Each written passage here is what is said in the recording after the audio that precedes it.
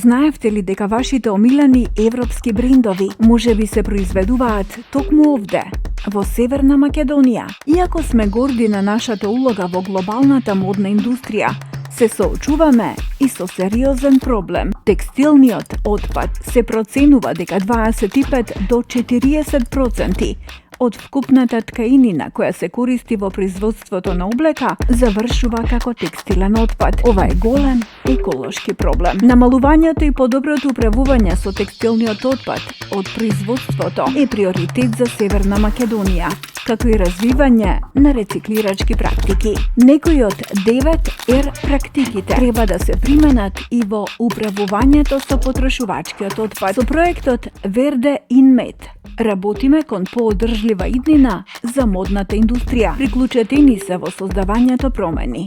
Дали сте подготвени да бидете свесен потрошувач? Што ќе направите поинаку денес? Здраво! Денес, заедно со ТТА, текстилниот кластер, ја славиме одржливоста преку посета на настан за размена на облека. Размената на облека е од исклучителна важност поради намалување на отпадот, намалување на потребата за ново производство и зачувување на ресурсите. Затоа, дишете и нов живот на вашата облека и направете одржлив моден избор. Бидете дел од промената и редефинирајте го вашиот стил заедно со проектот Верде ин Мед. Ајде да ги запознаеме луѓето кои учествуваат, разменуваат облека. Здраво! Зашто си тука денес? Па дојдов тука да разменам неколку парчиња облека, исто така да научам повеќе за одржливата мода, како и за рециклирање, за циркуларната економија. Дали можете да замислите колку килограми текстилен отпад произведува секој човек во Европската Унија годишно? 7 килограми, 16 килограми, 100 килограми. 16. Во 2020 година, секој жител на Европската Унија потрошил просечно 16 килограми текстил. Знаеш ли колкав процент од употребената облека се рециклира во нова облека?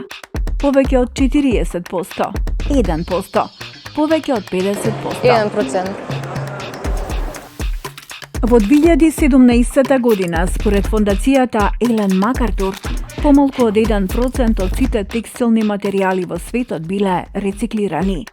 Колку квадратни метри земјиште се потребни во просек за подготвување облека и чевли за секој граѓанин на Европската Унија?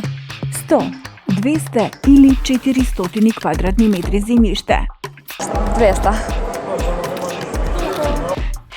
Во 2020 година, текстилниот сектор бил третиот најголем извор на користење на земјиште и деградација на водните ресурси со просечно 400 квадратни метри земјиште.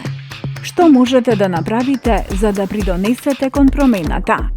Овие мали чекори можат да помогнат.